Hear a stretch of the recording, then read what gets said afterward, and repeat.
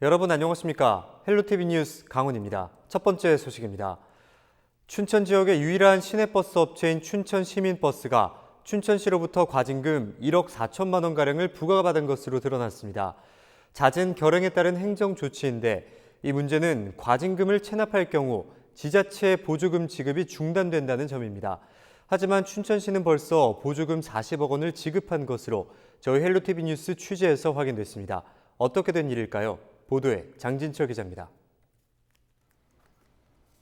춘천시가 춘천시민버스에 지난 1월부터 4월까지 부과한 과징금 내역입니다. 과징금이 부과된 건 모두 14차례인데 총액은 1억 4,300만 원이 넘습니다.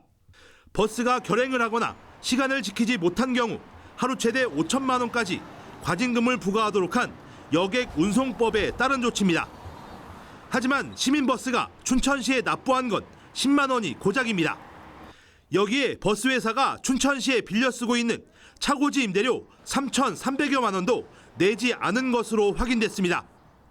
3월 말일까지 납부를 하게 되는데 그거 납부 안 한 건이에요, 그게. 네. 그래서 1억, 지금 말씀하신 네, 1억 4천. 1억 4천 그게 4월부터는 체납액이 된 거죠. 취재 과정에서 파악된 춘천 시민버스의 올해 체납액은 1억 8천만 원에 달합니다. 상황이 이런데도 춘천시는 춘천시민버스에 올 들어 지난 4월까지 보조금 30억 원을 지급했습니다. 심지어 5월에도 10억 원을 추가로 지급했습니다. 춘천시 보조금 관리 조례에는 보조금 지급 결정을 위해 지방세 및 세외 수입 체납 여부를 반드시 파악하게 돼 있습니다. 체납이 있는 단체에는 보조금 지급을 못하게 한 겁니다. 어느 단체든지 보조금을 받으려고 하면 일단 각 부서에서 그 보조금 단체 지급되는 단체의 체납 여부 확인을 먼저 합니다. 그래서 체납이 돼 있을 때는 보조금 지급이 안 되고 완납이 됐을 때만 되는데 지금 시내버스에서는 올해 4월까지만 약 30억이 넘는 돈이 보조금이 지급이 됐는데 지난 2015년 말 조례가 개정된 뒤 과징금이 체납된 단체에 보조금이 지급된 건 춘천 시민버스가 유일합니다. 담당 부서도 보조금이 잘못 지급됐다는 사실을 인정했습니다. 지방세나 교부 조건에. 세습을 이거를 이제 확인하는 걸로 이제 되어 있는데 네, 교부 결정에 17조. 못한 거죠. 그러니까 그 부분에 대해서는 변명의 여지가 없습니다. 취재가 시작된 이후 이 같은 사실을 뒤늦게 알게 된 춘천시는 사실관계를 파악해본 결과 지급된 보조금 40억 원 중 잘못 지급된 보조금은 10억 원 정도라며 보조금 환수 조치 여부 등을 검토하겠다고 밝혔습니다. 헬로티비 뉴스 장진철입니다. 코로나19 예방을 위한 사회적 거리두기에서 생활 속 거리두기로 전환한 지 2주가 흘렀습니다. 일상과 방역을 병행하는 성숙한 시민 의식이 돋보이는가 하면 다소 완화된 예방 조치라는 인식 때문에 자칫 대규모 지역사회 확산 우려도 여전한 상황입니다. 현실에서는 얼마나 정착되고 있는지 이다혜 기자가 현장 취재했습니다. 시장 상인들이 마스크를 쓴 채 음식을 만들고 상품을 정리합니다. 손님을 응대할 때도 마스크를 벗지 않고 물건을 전달합니다. 거리로 나온 시민들도 대부분 마스크를 착용했습니다. 코로나19 감염 예방을 위해 미뤄뒀던 일상에 복귀했지만 생활 속 거리두기 수칙을 준수하고 있는 겁니다. 요즘은 그리고 이렇게 많이 다녀요. 그래서 마스크는 항상 써야지 되는, 우리가 필수적으로 써야지 되니까. 중앙재난안전대책본부가 제시한 생활 속 거리두기 방역 지침은 일상을 병행하는 것만 빼면 사회적 거리두기와 크게 다르지 않습니다. 그러나 곳곳에서 코로나19 발생 이전으로 돌아간 듯 느슨해진 방역을 우려하는 목소리도 나옵니다. 요새는 잘 안 되고 있는 것 같아서 좀 그게 안타까운 마음이에요. 마스크 착용도 그렇고 너무 옛날 그 상황이 다시 돌아올까 봐. 실제로 손님과 대면하거나 음식을 조리하면서도 마스크를 쓰지 않는 사례가 눈에 띄게 늘고 유흥업소발 지역 확산이 지속되는 상황에서 일상 속 접촉은 끊이지 않아 또 다른 우려를 낳고 있습니다. 마스크한테 마스크 여기서 할 때는 못 쓰고. 이런 가운데 일회용 마스크 사용이 늘면서 함부로 버려지는 마스크가 골칫거리입니다. 긴 줄을 서가며 하나라도 더 사려 했던 마스크가 사용 후 아무렇게나 버려져 거리 환경을 해치고 있는 겁니다. 불과 100m도 안 되는 거리에서 이렇게 쓰다버린 마스크 5장을 주었습니다. 이렇게 버려진 마스크는 거리 환경을 해칠 뿐만 아니라 추가 감염 우려까지 낳고 있습니다. 사용한 마스크는 생활 폐기물로 종량제 봉투에 담아 배출해야 합니다. 방역 당국이 코로나19가 유행과 완화를 반복하는 장기전이 될 수밖에 없다는 분석을 내놓은 가운데 생활 속 거리두기 수칙 준수의 중요성이 더욱 강조되는 시점입니다. 헬로티비 뉴스 이다혜입니다. 정부 재난지원금이 풀리면서 얼어붙었던 지역 상경기가 모처럼 활기를 되찾고 있습니다. 실제 전통시장과 소규모 점포에는 지역사랑 상품권을 쓰기 위한 손님들의 발걸음이 늘었다고 하는데요. 재난지원금이 즉각적인 효과를 내는 것으로 나타났습니다. 보도에 성기석 기자입니다. 춘천에 있는 한 지역 마트입니다. 평일인데도 매장 안은 장을 보러 나온 손님들로 가득합니다. 대부분 긴급 재난지원금을 쓰러 나온 시민들입니다. 너무 좋죠. 그리고 뭐 지역을 위해서 지금 쓰는 거니까 이번에 이거 주셔갖고 저희 너무 감사하게 잘 쓰고 있어요. 아주. 오늘 그래서 뭐 오이도 사고 마늘도 사고. 코로나19 여파로 어려움을 겪었지만 재난지원금이 풀리면서 매출은 이전보다 40%가량 증가했습니다. 예년에 비해서 지금 코로나 발생되기 전보다 한 40% 정도 신장했고요. 특히 이제 재난지원금이 사용을 할 수 있은 뒤로부터 더 많이 늘은 것 같습니다. 특히 지역사랑 상품권 사용이 크게 늘리면서 침체된 지역 경기에도 활기가 돌고 있습니다. 요즘 절반 이상이 다 상품권을 사용하시는 것 같아요. 절반 정도. 정부 재난지원금이 지역 경기 활성화에 직접적인 효과를 내고 있는 것으로 나타났습니다. 침체가 이어졌던 도내 전통시장 분위기도 재난지원금 지급 이후 확연히 달라졌습니다. 어려움을 겪던 상인들은 모처럼 밀려드는 손님들의 웃음이 가시질 않습니다. 손님들이 많이 왔다 갔다 하시면서 이제 여기 물건을 여기서 사가시고 그러니까. 근데 이게 내는 거니까 현금보다는 그 재난지원금으로 나온 상품권. 전통시장과 중소형 마트뿐 아니라 음식점과 안경점에도 손님들이 크게 늘었습니다. 재난지원금 덕에 넉넉지 않은 지갑을 여는 마음이 한결 가벼워졌기 때문입니다. 더 사게 돼 물건을. 그거 있으니까 이제 그 돈을 풀어야만 모든 게 운영이 되니까 물건을 더 사게 돼요. 강원도는 재난지원금 지급 대상 71만여 가구 중 현재까지 80%가량의 지급을 완료한 것으로 파악하고 있습니다. 재난지원금이 침체됐던 지역 상경기 활성화에 효자 노릇을 하고 있습니다. 헬로티비 뉴스 성기석입니다.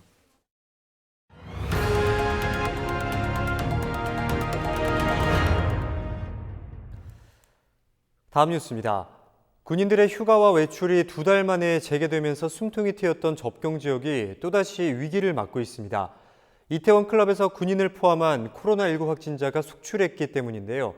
이딴 악재의 시름에 빠진 접경 지역 주민들을 직접 만나봤습니다. 한지영 기자입니다. 지난해 시작된 국방개혁으로 인구 감소에 직격탄을 맞은 접경 지역. 양구군은 2사단, 화천군은 27사단의 통폐합에 따른 부대 이전으로 군인과 가족이 떠나고 있습니다. 이로 인해 1년 사이 각각 1000여 명과 500여 명의 인구가 줄었습니다. 여기에 아프리카 돼지열병과 코로나19까지 덮치면서 접경 지역 상권은 개점 휴업 상태입니다. 줄일 수 있는 거는 지금 거의 다 줄였다고 보시면 됩니다. 80~90%가 군인 상대로 장사하다 보니까 지역사회가 스스로 좀 독립적으로 살 수 있는 그런 기반이 마련되기 전에는 군인에 의존할 수밖에 없는 상황이.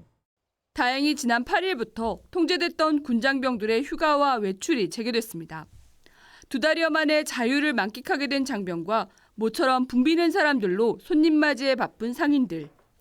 긴 기다림이 있었던 만큼 오가는 사람들은 모두 활기가 넘쳤습니다. 하지만 일주일도 지나지 않아 이태원 클럽에서 코로나19 확진자가 속출하면서 다시 먹구름이 드리워졌습니다.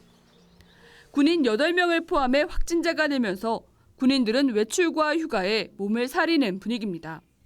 왔다 하더니 또 계속 안 나오네. 없는 게 아니라 이거 다 어디 이사 나가든지 아니면 뭐 해야지 못 먹고 살아요. 군인 빠져나가면. 상인들도 경기 회복을 위해서는 유동인구가 늘기를 바랐지만 지역 감염에 대한 불안감도 떨쳐낼 수 없습니다. 돌아다니는 사람도 거의 없고 여기 들어오시는 분도 거의 3분의 2 정도 준 것 같아요. 손님도 많이 안 오고 그리고 아직 코로나 사건이 완전히 끝난 게 아니라 가지고 그 불안감도 좀 남아 있는 것 같아요. 생존권의 위협과 불안감 속에 앞으로가 더 걱정인 상인들은 오늘도 긴 기다림에 지쳐가고 있습니다. 지난해 아프리카 돼지열병과 국방개혁에 이어 코로나19 사태까지 겹치면서 활기를 잃어가고 있는 접경 지역 상인들의 시름이 깊어지고 있습니다. 헬로티비 뉴스 한지영입니다. 강원도가 동해안의 자연경관과 관광을 결합한 해안 자동차길을 조성하겠다고 밝혔습니다. 공군기지로 끊겨있는 강릉 남항진에서 강동 간 해안도로도 여기에 포함됐는데요. 군사시설을 고려해 지하화한다는 계획인데 해안 침식 문제가 제기됩니다. 보도에 박건상 기자입니다. 탁 트인 동해바다가 시원스레 펼쳐지고 새하얀 파도가 기암괴석과 어우러지는 풍경. 바로 강원도가 자랑하는 동해안 해안도로입니다. 강원도와 동해안 지자체는 동해안의 자연경관과 관광을 결합한 바닷가 자동차길을 조성하기로 했습니다. 여기에 드는 예산은 4천억 원가량으로 오는 2028년까지 해안도로 24km가 새로 놓이게 됩니다. 해안도로가 끊기는 안인해변입니다. 강릉시는 이곳에서 남항진까지 약 4km에 달하는 해안도로를 2025년까지 조성할 계획입니다. 하지만 해안도로 개설까지 풀어야 할 과제는 적지 않습니다. 당장 해가 갈수록 심각해지는 해안 침식 문제입니다. 강릉시는 군부대 작전 임무를 고려해 남항진에서 안인 구간 중 절반을 지하로 건설하겠다는 계획이지만 공사 과정은 물론 도로 개설 이후에도 백사장 유실이 우려됩니다. 또 나머지 구간인 안인에서 하시동 구간의 경우 천연기념물 보존지역으로 지정된 해안 사구입니다. 동해안 사구는 생물 다양성이 상당히 높고 생태계의 복으로 알려져 있습니다. 그런데 이러한 해안 사구의 보존 조치가 이루어져야 한다고 보고요. 해안 침식을 유발하는 그 무분별한 해안선 변경이 일어나면 안 될 것이기 때문에 전문가들도 해안도로가 해안 침식을 가속화시킬 것으로 전망하고 있습니다. 사구가 에너지를 흡수를 해야 되는데 강성 구조물이 있게 되면은 완전히 이제 절벽이 되는 거죠. 특히 이제 예를 든다고 하면 영진 같은 경우에 옛날에 거기 전부 다 사구였잖아요. 그러면서 이제 해안 도로를 만들고 나갔고 계속 침식이 발생했잖아요. 그러다 보니까 거기에서 연안 정비 사업이 그 수백억이 들어가게 되고. 강원도와 동해안 각 지자체들은 해안 침식 방지를 위해 적게는 5천만 원에서 많게는 200억 원의 사업비를 투입하고 있습니다. 헬로티비 뉴스 박건상입니다. 우리 동네 공영 주차장 정보나 집 근처 마트 생필품 가격이 궁금할 때 시청자 여러분들은 어떻게 하시나요? 포털 사이트에서 검색을 해봐도 정보의 양이 너무 많아 원하는 정보를 찾는 게 쉽지만은 않은데요. 원주시가 이렇게 여기저기 흩어져 있는 지역 공공 데이터 정보를 한데 모아 활용할 수 있는 시스템을 만들어 지역 정책에 활용한다고 합니다. 김선아 기자가 취재했습니다. 원주 지역의 실시간 교통소통 상황과 버스 운행 정보는 원주시 건설교통국에서 담당합니다. 지역의 물가 정보를 관리하는 부서는 경제문화국입니다. 모두 실생활에서 유용하게 쓰이는 생활 밀착 정보들인데 정보 특성에 맞춰 담당하는 부서가 모두 다릅니다. 부서마다 각종 정보가 산재해 있어 복합적인 민원에 대응할 때는 의사결정 등의 절차가 복잡할 수밖에 없습니다. 원주시가 이런 불편을 해소하기 위해 각종 공공 데이터를 한데 모아 실시간으로 분석할 수 있는 빅데이터 기반 의사결정 시스템을 만들었습니다. 각종 재난재해 상황에서부터 교통 상황, 부동산 정보 등 총 14가지의 데이터를 파악할 수 있습니다. 특히 원주와 관련된 뉴스나 SNS 이슈 등도 실시간으로 빠르게 파악하고 국민신문고 등에 올라온 원주와 관련된 민원도 기간별로 분석할 수 있습니다.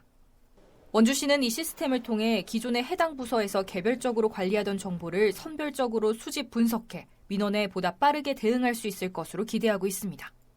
원주시 빅데이터 플랫폼과 연계하고 또 시각화해서 실시간으로 제공함으로써 신속한 의사결정을 하는데 많은 도움을 줄 것으로 기대를 하고 있습니다. 또 시민 누구나 각종 공공 데이터를 이용할 수 있도록 서비스를 점차 확대해 나갈 계획입니다. 첨단 기술을 기반으로 한 원주시의 정책 전략이 시민 맞춤형 행정 서비스를 제공하는 데 어떻게 활용될지 관심이 모입니다. 헬로티비 뉴스 김선아입니다.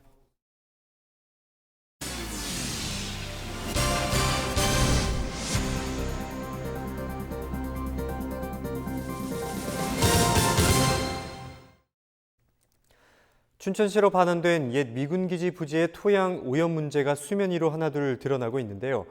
캠프페이지 토양 오염 측정 방식부터 문제가 있었던 것으로 춘천시는 보고 있습니다. 전면적인 재조사가 불가피한 상황인데 향후 책임 공방이 거세질 전망입니다. 보도에 장진철 기자입니다. 지난 2009년 국방부와 한국농어촌공사가 실시한 춘천 캠프페이지 환경오염 정화사업 도면입니다. 붉은색 점이 찍혀있는 부분이 그 당시 오염도 조사가 진행된 지점입니다. 이번에 오염된 토양이 발견된 지점은 빠져 있습니다. 오염도 조사를 위한 시료 채취가 20에서 30m 간격으로 진행됐기 때문입니다. 조사 간격, 조사 지점 간격을 20m, 30m를 두다 보니까 이게 캠페이지 부지 전체를 다 드러내고 조사한 게 아니고 간격을 두다 하다 보니까 그 사이에 이제 빠져나가는 부분이 지금 이제 발견이 됐다 이렇게 보시면 되고요. 환경부의 토양 시료 채취 지침에 따른 것입니다.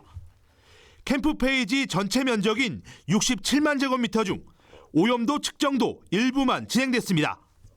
당시 유류 저장 시설 등 오염이 많이 됐을 것으로 추정되는 지점을 중심으로 시료 채취가 이뤄졌습니다. 이런 이유로 1차로 파악된 오염 면적은 4만 8천 제곱미터에 불과했습니다. 오염도 측정을 2번 더 진행했더니 12,000여 제곱미터가 추가됐습니다. 이번에 오염된 토양이 발견된 지점입니다. 캠프페이지 최근 모습에는 이곳이 헬기 계류장이었지만 그 전에는 소방시설에 대형 유류 저장시설이 있던 곳으로 파악됐습니다. 옛 캠프페이지에는 크고 작은 유류 저장시설이 있던 지점으로 파악되는 곳만 90여 곳이 넘습니다.